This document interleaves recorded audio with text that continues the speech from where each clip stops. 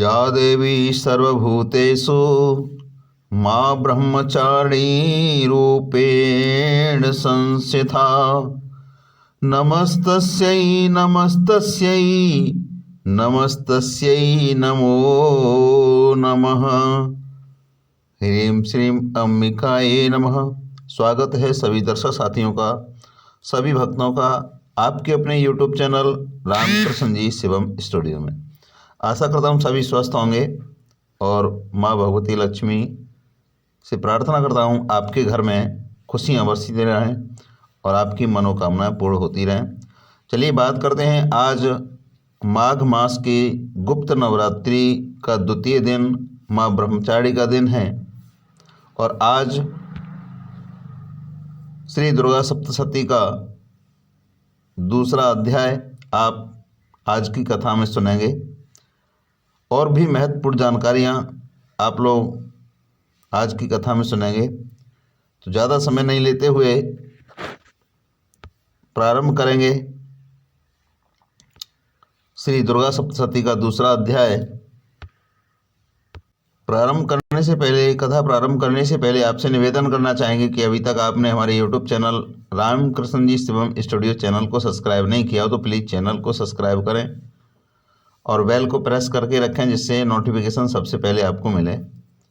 चलिए बात करते हैं पूजा पाठ विधि विधान जो भी है। हमने पहले वीडियो अपलोड कर दिया है, उसमें आप देख सकते हैं समय शुभ मुहूर्त संपूर्ण जानकारी एक वीडियो में दे चुके हैं। तो हम आज दूसरा अध्याय श्री दुर्गा सप्तशती का प्रारंभ करते हैं।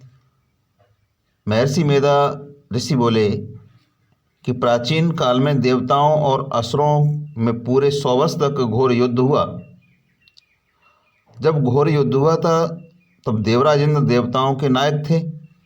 इस युद्ध में देवताओं की सेना परास्त हो गई और इस प्रकार सभी देवताओं को महिषासुर ने जीत लिया और इंद्र बन गया, यानी देवताओं का राजा बन गया महिषासुर। और युद्ध के पश्चात हारे हुए देवता प्रजापति श्री ब्रह्मा जी को साथ लेकर के उस स्थान पर पहुंचे जहां के भगवान शंकर विराजमान थे। देवताओं ने अपनी हार का सारा वृतांत भगवान विष्णु को, भगवान शंकर को कह सुनाया। वह कहने लगे कि हे प्रभु, महिषासुर सूर्य, चंद्रमा, इंद्र, अग्नि, वायु, यम, वरुण तथा अन्य देवताओं के सब अधिकार छीनकर और सभी का अधिष्ठाता स्वयं बन गया है, सबका राजा बन गया है।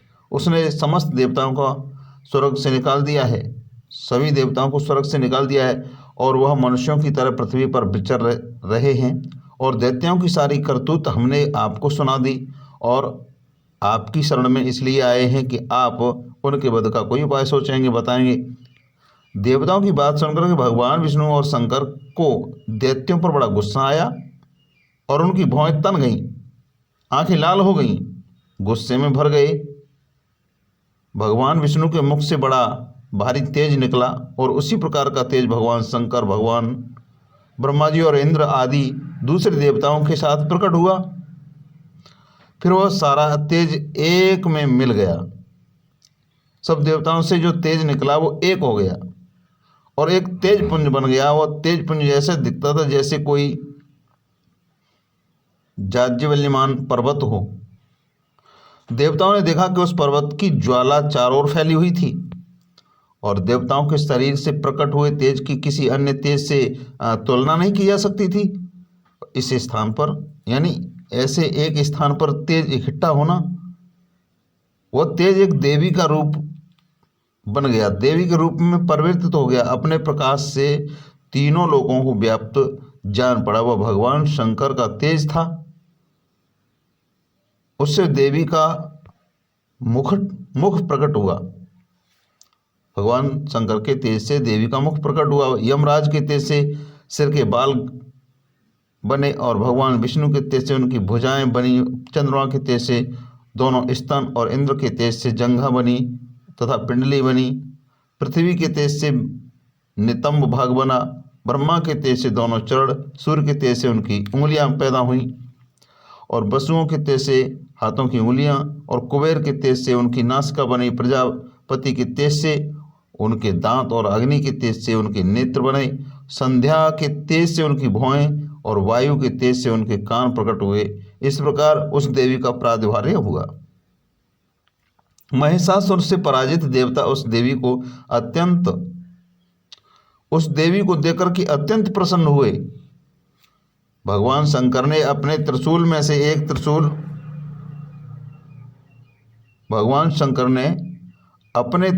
से एक त्रिशूल निकाल कर उस देवी को दिया और भगवान विष्णु ने अपने चक्र में से एक चक्र निकाल उस देवी को दिया। वरुण ने अपने चक्र में से एक चक्र निकाल कर उस देवी को दिया। वरुण ने देवी को शंख भेंट किया, अग्नि ने शक्ति भेंट की, वायु ने धनुष और बाण दिए।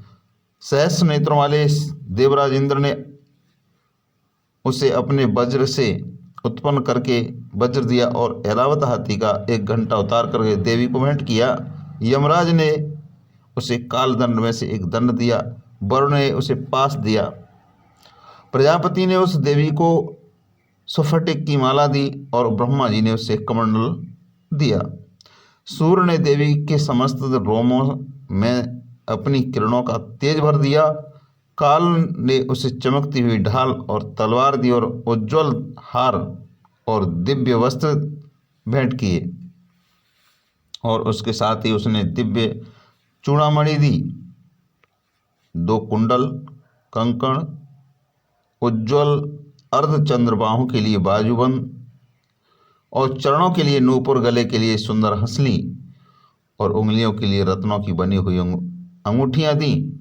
विश्वकर्मा ने उनको फरसा दिया और उसके साथ ही कई प्रकार के अस्त्र शस्त्र अवेद्य कवच दिए। इसके अतिरिक्त उसने कभी न कुमलाने वाले कमलों की मालाएं भेंट दी। समुद्र सुंदर कमल का फूल भेंट किया। हिमालय ने सवारी के लिए सिंह और तरह तरह के रत्न भेंट किए। यक्षराज कुबेर ने मधु से भरा हुआ पात्र और शेषनाग ने उन्हें बहुमूल्य मणियों की विभूषित नागहार भेंट किया। इसी तरह दूसरे देवताओं ने भी उसे आभूषण अस्त्र देकर उसका सम्मान किया। उसके पश्चात देवी ने उच्च स्वर में गर्जना की। उसके इस भयंकर नाद से आकाश गूंज उठा। देवी का वह उच्च स्वर जो देवी ने किया था सिंहनाद में समा गया। उस देवी का जो उच्च स्वर से किया हुआ सिंहनाद समान सका और आकाश उनके सामने छोटा प्रतीत होने लगा।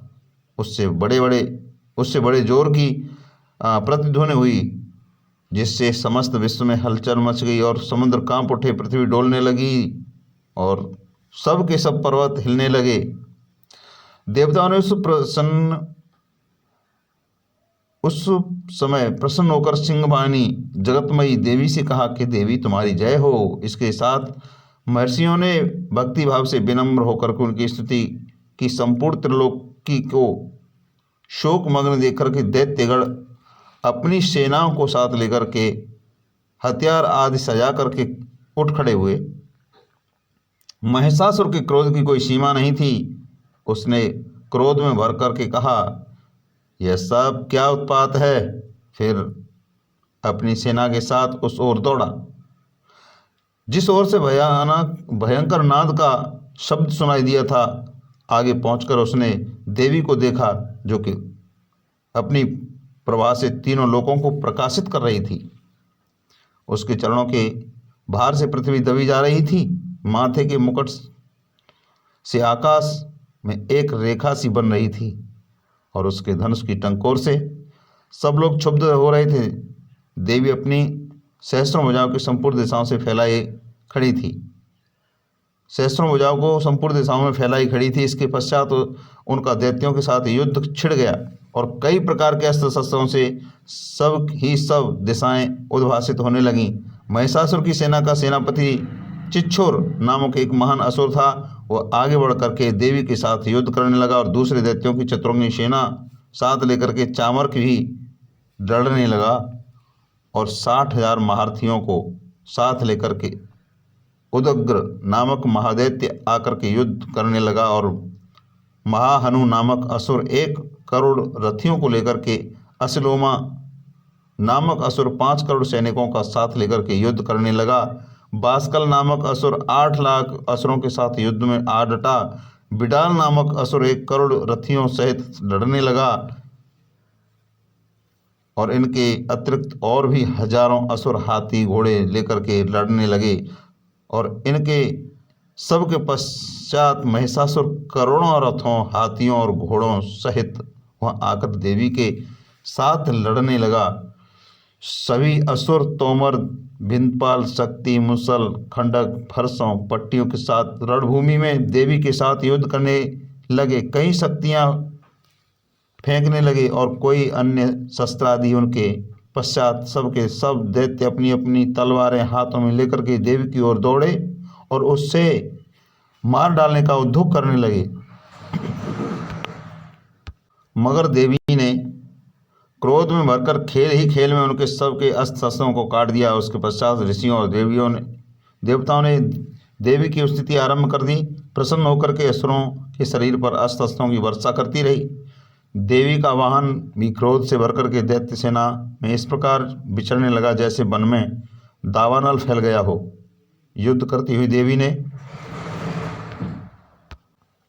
क्रोध में भरकर जितने श्वासों को छोड़ा हुआ तुरंत ही सैकड़ों हजारों गढ़ों के रूप में प्रवर्तित हो गए। फरसे विंध्यपाल खड़ग पट्टिस और इत्यादि अस्त्रों के द्वारा दैत्यों के युद्ध करने लगी। देवी की शक्ति से बड़े हुए गढ़ दैत्यों का नाश करते हुए ढोल मृदंग शंख आदि बजा रहे थे। तदनंतर देवी ने त्रिशूल गदा शक्ति खड़ग इत्यादि सहस्रों असुरों को मार डाला।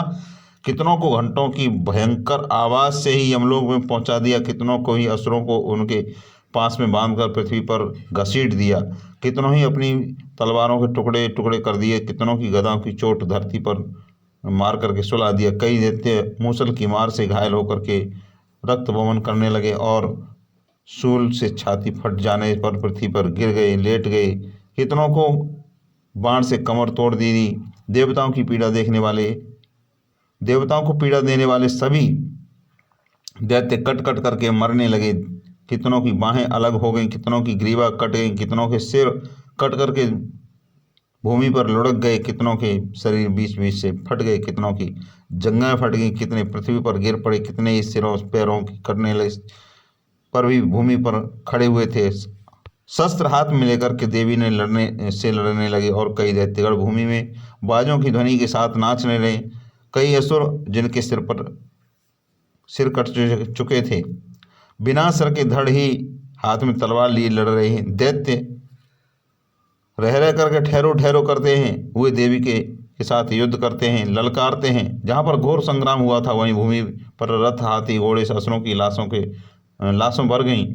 असुरों की सेना रक्तपात होने लगा, रुधिर की नदियां बहने लगीं। इसी तरह देवी ने असुरों का विशाल सेनागढ़ क्षण भर में इस तरह नष्ट कर डाला जैसे तड़ काष्ठ के बड़े समूह को अग्नि नष्ट कर डालती है और सिंह की गर्दन से बालों को हिलाता हुआ वह बड़ा शब्द करता था। सिंह असुरों के शरीरों से मानो वह उनके प्राणों को ढूंढ रहा हो।